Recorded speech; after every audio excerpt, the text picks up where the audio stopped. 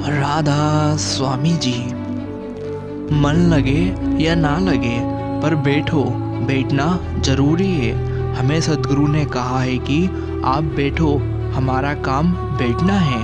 वह सब मालिक पर छोड़ दो। हमारे बैठने को भी मालिक जब भजन सिमरन मानने को तैयार है तो क्या हमें बैठने की इतनी तकलीफ है कि हम घंटा आधा घंटा बैठ भी नहीं सकते। दुनिया में कुछ भी मुफ्त में नहीं मिलता। इस दुनिया में मेहनत के बगैर कागज के नोट भी नहीं मिलते हैं। तो परमात्मा की नेमत इतनी सस्ती नहीं है कि बगैर इबादत के बिना मिल जाए। भजन सिमरन तो करना ही पड़ेगा। जो धन आपने कमाया उसे आप भोग पाओ या ना भोग पाओ, लेकिन उस धन को कमाने के चक्कर में जो कर्म किए हैं उन्हें तो भोगना ही पड़ेगा। इसलिए हमें जो सद्गुरु ने असल नामदान दिया है उसकी कमाई करनी चाहिए, ताकि हम सद्गुरु के चरणों से जुड़ सकें।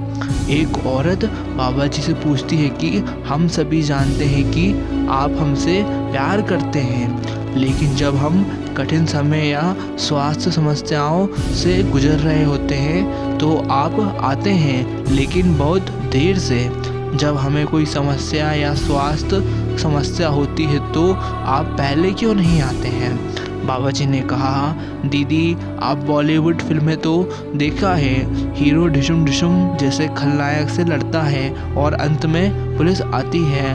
मैं भी यही करता हूँ। सब लोग हंसने लगे। फिर बाबा जी ने कहा, सिस्टर मास्टर हर समय आपके साथ हैं, केवल हमें अपने कर्मों को काटना है। हम अपने कर्म के हीरो की तरह लड़ना है। मास्टर हमेशा आपके साथ है।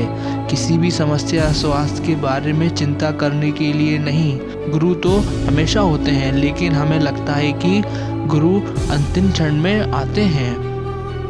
यह आप में से प्रत्येक की कहानी है। यह संसार के जंगल में जिसमें तुम घूमते हो भय शेर है जो आपके सांसारिक गतिविधियों का वृक्ष पर चढ़ा देता है। चिंता वह भालू है जो आपको भयभीत करता है और संसार में आपको कदमों का अनुसरण कराता है।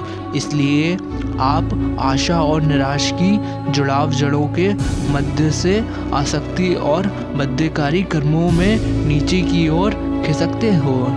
दो चूहे दिन और रात हैं जो जीवन काल को खा जाते हैं। इस बीच अहंकार और मेरा भाव की मीठी बूंदों से थोड़ा सा आनंद छीनने की कोशिश करते हैं। अंत में यह जानकर कि बूंदें तुच्छ हैं और पहुंच से बाहर है। आप त्याग के लिए पीड़ा से में चिल्लाते हैं, गुरु को पुकारते हैं। गुरु आपके भीतर या बगल में प्रकट होते हैं और आपको भय और चिंता से बचाते हैं। जब आप पूरी ईमानदारी से पुकारेंगे तो उत्तर अवश्य आएगा। सभी नीच इच्छाओं और एक व्यक्तिगत हृदय की पुकार को त्याग दो। गुरु महाराज जी संगत को उपदेश रहे हैं कि सच्चे और पूर्ण गुरु की संगत में रहने से मन में उत्साह पैदा होता है। मनुष्य श्रेष्ठ नाम जपने लगता है, परमात्मा के अनकहे गीत का गुणगान करने लगता है। बेअंत प्रभु का सिमरन करके मनुष्य चिंताएं मिट जाती हैं। मनुष्य संसार रूपी समुद्र से पार उतर जाता है।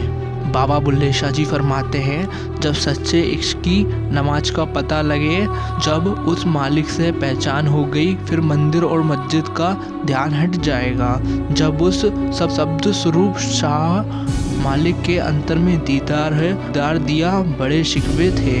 मैं साहिब से कहता हूँ, लेकिन दर्शन के बाद सब कुछ भूल गया जी। पलटू साहिब जी फरमाते हैं, हमें ऊंची जात या जात पात के आधार पर अहंकार नहीं करना चाहिए।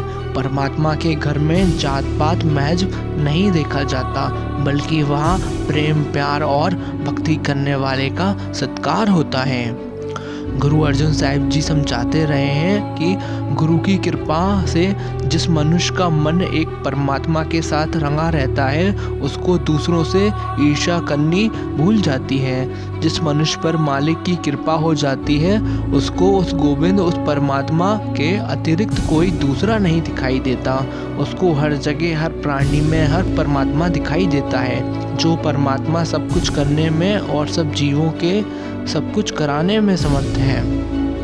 राधा स्वामी जी, आशा करता हूँ ये साखी आपको अच्छी लगी हो तो वीडियो को लाइक कर दीजिए, चैनल को सब्सक्राइब कर दीजिए। राधा स्वामी जी।